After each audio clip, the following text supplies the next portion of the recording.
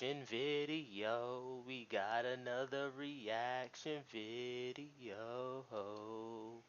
Man, what is good? What is going on? We back with another video.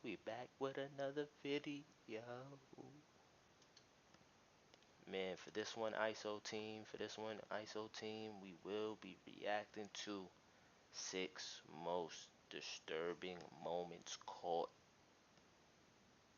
on live television.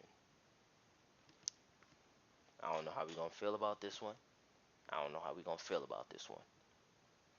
If you get a little scared, just know that I'm here. You feel me? But let's get into it, man. Ha! I scared you. I scared you. Alright, let me stop playing. Lock in. Let's go. Live, a reporter named Leniel Du Frazão went live from the Miriam River in Brazil to cover a tragic incident that happened there just a day earlier. In the early hours of June 29, a group of teenagers had decided to go for a swim in the river. Unfortunately, they underestimated its depth, resulting in the disappearance of 13-year-old Raíssa Fernandes. Seconds after entering the water, her friends watched her dip beneath the surface, and that was the last time anyone saw her alive. Divers looked for her underwater, while rescuers scoured the riverbank, hoping she might have washed ashore somewhere. But even after hours of searching, Raíssa was nowhere to be found. Leniel Du intended to use this broadcast as an opportunity to educate viewers on the dangers of river currents and general river safety, not knowing that he was about to solve the mystery of Raíssa's disappearance on live TV. He took off his shoes and started slowly walking into the river, while talking about the sudden increase in depth and how dangerous it can be for inexperienced swimmers. Quanto mais você desce, mais fundo fica. Ó, aqui, ó. Até que aqui é de boa, mas só que é uma descida. Aqui onde ela se afogou, gente, é uma descida. Pra você ver aqui, ó, o tanto que eu passei aqui, daqui dá mais ou menos uns 2,5 metros. Ó, e quanto mais você anda, ó a diferença aqui já onde eu estou agora, ó. Então, pessoal, e ainda tem a correnteza. Aqui já, olha, ó, um passinho para frente, a água já está praticamente me cobrindo. Então o risco aqui é muito grande, However, nothing could have prepared him for what he was about to encounter just seconds later. Ó a fundura aqui, ó. Ui. Look how deep it is right here. Nah, this is crazy, bro. You never had to, like, this is the news reporter? Eu achei negócio aqui no fundo da água. Where is this at, bro? DR? Não, era mole. Tá que não é ela não. But the news reporters do this. While trying to demonstrate the river's deceptive drop-off, Leniel Du accidentally stepped on something lying on the riverbed.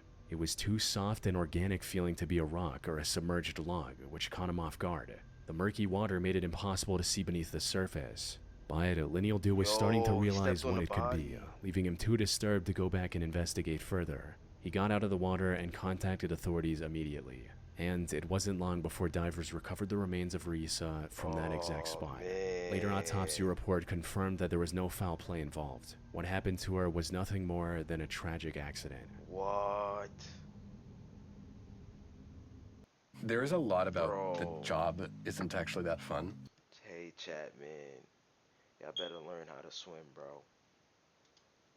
Let me know, man, if y'all 2025, the CBS 6 station in Albany, New York received a strange email with a 2-page document. It contained a nearly incomprehensible rant featuring Arnold Schwarzenegger, archaic centuries-old laws, and a proposal to create a board of trustees with prosecutorial immunity. However, the most important aspect of this document wasn't its content. Instead, the reason it stood out among the hundreds of emails the channel received every day was its author, 53-year-old Lawrence Krauss, who also included a selfie alongside the document. You see, Lawrence was currently under investigation for ending the lives of his own parents and getting away with it for over 8 years. It happened in August 2017. His 86-year-old father and 83-year-old mother were living out their retirement in their home in Crestwood Court in Albany, New York. And suddenly they were gone without a trace. None of the neighbors saw them leaving or heard anything about where they were going. Their house was also left abandoned, with Lawrence only visiting it occasionally to collect mail, mow the lawn, and clear the snow. When asked about his parents, he claimed that they had moved back to Germany and won't be coming back. The neighbors had no reason to distrust Lawrence, so no one questioned their absence and life went on as usual. A distant relative even requested a welfare check in 2020, but the neighbors repeated the same explanation Lawrence had given, ending the officer's questioning without any further suspicion.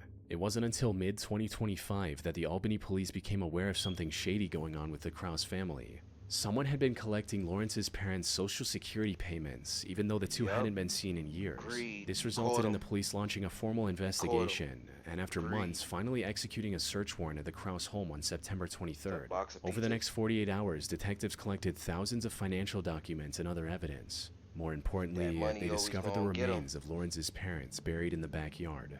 Lawrence likely knew that he was the prime suspect in this case, but instead of turning himself in or trying to run away, he made the unusual decision of sending this document to the local news network alongside his contact information. One of the directors at CBS 6 was familiar with the Krause case and immediately jumped at the opportunity to interview Lawrence. After giving him a call, Lawrence claimed that he was willing to do a live interview with the channel only if they published his document on the internet for everyone to see. The network agreed, and less than an hour later, Lawrence was sitting with a CBS 6 reporter for a live interview. Lawrence was a bit hesitant at first, but after some pressure, he cracked and confessed to everything. I want to hear from you. Yeah. What did you do to your parents? I buried them in their property. You buried them in the backyard of that house in Albany. Right. When it actually happened, when your parents died, did they know it was happening to them? Oh, yeah. And they knew it was at your hand? Well, yes, no one else's. Wow, So bro. they realized what you were doing to them as it happened. Bro. Yes. They knew that this was it for them, that they were perishing at your hand. Give him the chair, Yes. bro. And it was so quick. How did you do it? Give him the Yeah, chair, bro. I can't talk about that. Well, you've just told us that Right. it was at your hand. Right. Were there drugs involved? Was No. there suffocation? Bro. Was there? You suffocated them. You suffocated your parents. Yeah. Give him the chair, bro. What made this confession so disturbing, however, was the way Lorenz tried to portray it as something righteous. His argument essentially boiled down to, my parents were suffering from old age, so I did them a favor. Even though the neighbors described the couple as elderly, they were by no means sick or bedridden. They had normal routines where they tended to their garden, shared mint leaves with neighbors' kids, and listened to Polish music every day. Their lives weren't nearly as miserable as Lorenz tried to portray during this interview. Now, it's unclear if he's severely mentally ill and genuinely believed everything he was saying, or if this interview was his way of trying to paint himself as the concerned son to earn the public's favor before his inevitable arrest. In either case, he had no way of escaping the consequences of his heartless actions. He was arrested immediately after walking out of the network's building and is currently awaiting trial for the death of his parents. Sicko, bro. On the night of October 28, 2023, the Utilita Arena in Sheffield, England was packed with over 8,000 spectators. They were there to watch the ice hockey match between the Nottingham Panthers and the Sheffield Steelers. The whole thing was also being broadcast live on TV for fans across the world, and the match started off completely normal. The first period ended without either team scoring a point. About 35 minutes later, the score was 4-2 in favor of the Sheffield Steelers. The Panthers needed to score soon if they wanted to make a comeback. So, one of their more renowned players, Adam Johnson, got a hold of the puck and started pushing into the Steelers' defensive zone. But before he could reach the goal, the match got interrupted by one of the most tragic incidents in ice hockey history. As Adam was making his way to the goal, a different player of his team bumped into Matt Petgrave of the Steelers. This resulted in Matt getting launched in the air and slicing Adam's neck with one of his skates. For those who don't know, professional hockey skates are sharpened to a razor's edge. So it took very little force to leave a deep laceration across Adam's neck, causing him to bleed profusely in front of both the live crowd and the TV audience. Medics at the arena tried to stop the bleeding, but the cut was too deep. He had already lost a lot of blood on the ice. Adam was then rushed to a nearby hospital. Unfortunately, despite going into surgery as quickly as possible, Adam couldn't survive the injury and passed away just hours later. Matt was arrested shortly after on suspicion that he had cut Adam on purpose. However, investigators found no foul play in Adam's death and ultimately ruled it a tragic accident. The only silver lining in this entire case is that it resulted in the English Ice Hockey Association making neck guards mandatory for all players, something that would have likely prevented this from happening altogether. But at the time, wearing this protective gear was only a suggestion. Damn, bro. It's Google Gemini with the assist, bro. How your foot even get that high in the air, bro? Like, how your feet get up there like that? Like, How flexible can you be? Of September 2, 2011, TVN, one of the biggest networks in Chile, was airing the latest episode of a show called Calle 7. Like, it was a live game show where teams competed in various challenges to make their way to the top, and this weekend's episode was supposed to be no different.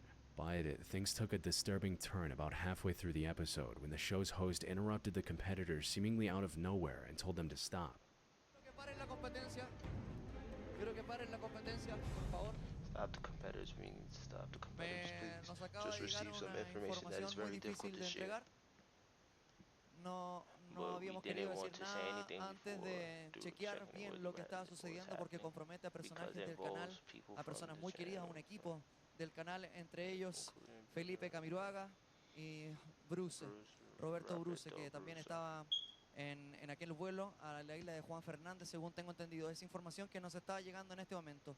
El Ministerio de Defensa informó esta tarde al presidente de la República que un equipo de TVN iba al borde de una nave de la Fuerza Aérea de Chile que capotó en el archipiélago de Juan Fernández. However, the reason for this interruption had nothing to do with the show itself. The host was talking about the C-212 Chilean Air Force plane that departed from the Arturo Merino Benitez International Airport earlier that day at around 2 p.m. It was headed for the Robinson Crusoe Airport, located hundreds of miles off the coast of Chile. Aboard was a full TV crew from the network, including the two renowned presenters, Felipe Camiroaga and Roberto Bruce. They were visiting Robinson Crusoe Island to report on the reconstruction after the 2010 earthquake. The flight started without a hitch. Unfortunately, as they were approaching the runway, the wind became extremely strong, making it impossible to land. When last year I've been on a flight? When last year I've been on a plane flight? However, on the third attempt, witnesses saw the plane lose altitude much faster than expected and crash into the ocean just a mile from the island. By the time rescuers reached the crash site, it was already too late. All 21 people aboard the C-212 plane had passed away. But while investigators initially believed that all of those deaths were due to the impact of the crash, the reality turned out to be far darker. As they were searching the wreckage, they found footage that one of the cameramen took of the interior shortly before the crash. The footage showed the passengers strapped into their seats, completely unaware of their fate. But the more haunting discovery happened when investigators found an SD card inside an empty water bottle floating near the crash site. This card contained hundreds of images. However, analysis of these images showed that 2 of them were taken after the crash, including one of the plane's windows covered in water. These images put the crash into a whole new perspective. They showed that several passengers, including the cameraman who took these photos and preserved the SD card in the bottle, likely survived the initial crash. Sadly, they were trapped inside a rapidly sinking plane with no way out, forced to watch their aircraft fill up with water until there was no air left to breathe. Wow, bro. Niagara Falls is widely regarded as one of the world's most breathtaking natural wonders. However, while the surface is undeniably beautiful, the depths beneath the falls hide the disturbing history of many who lost their lives to the currents. One such incident was captured live on TV on May 30, 1985, when reporter Phil Kavitz was hosting a section about real estate in front of the falls. Suddenly, in the background, the camera captured a man caught in the current behind Phil. The rushing water carried him to the edge of the falls before throwing him over the 170-foot drop.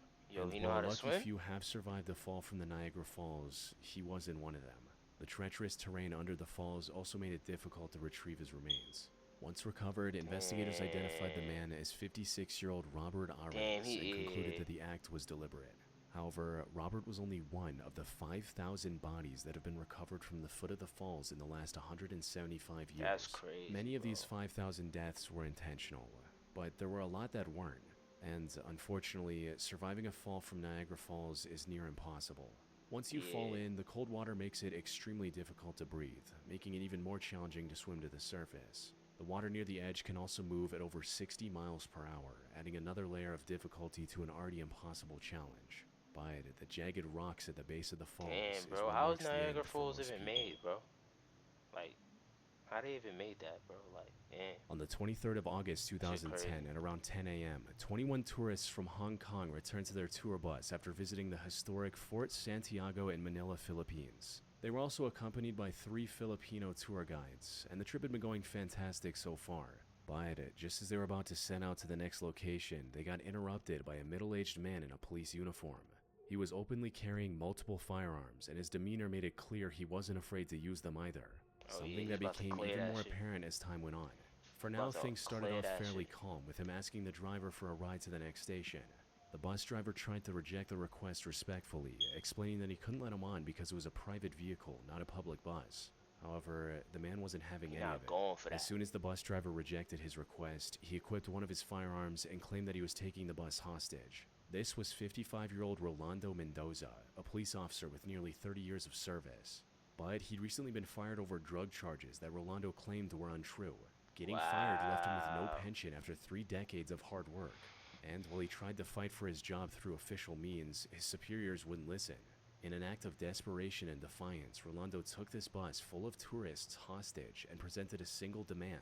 He wanted his job back. The situation so far looked fairly manageable, with 2 of his former colleagues establishing communications without any pushback. They were even able to convince him to release a few of the hostages. Granting his relatively simple demand would have been easy, but what followed was one of the biggest hostage disasters in the country's history, all because those in charge couldn't agree on the next move. Things started going downhill when Rolando's brother tried to approach the bus and was immediately detained by the officers. This made the already furious Rolando even angrier and more unstable.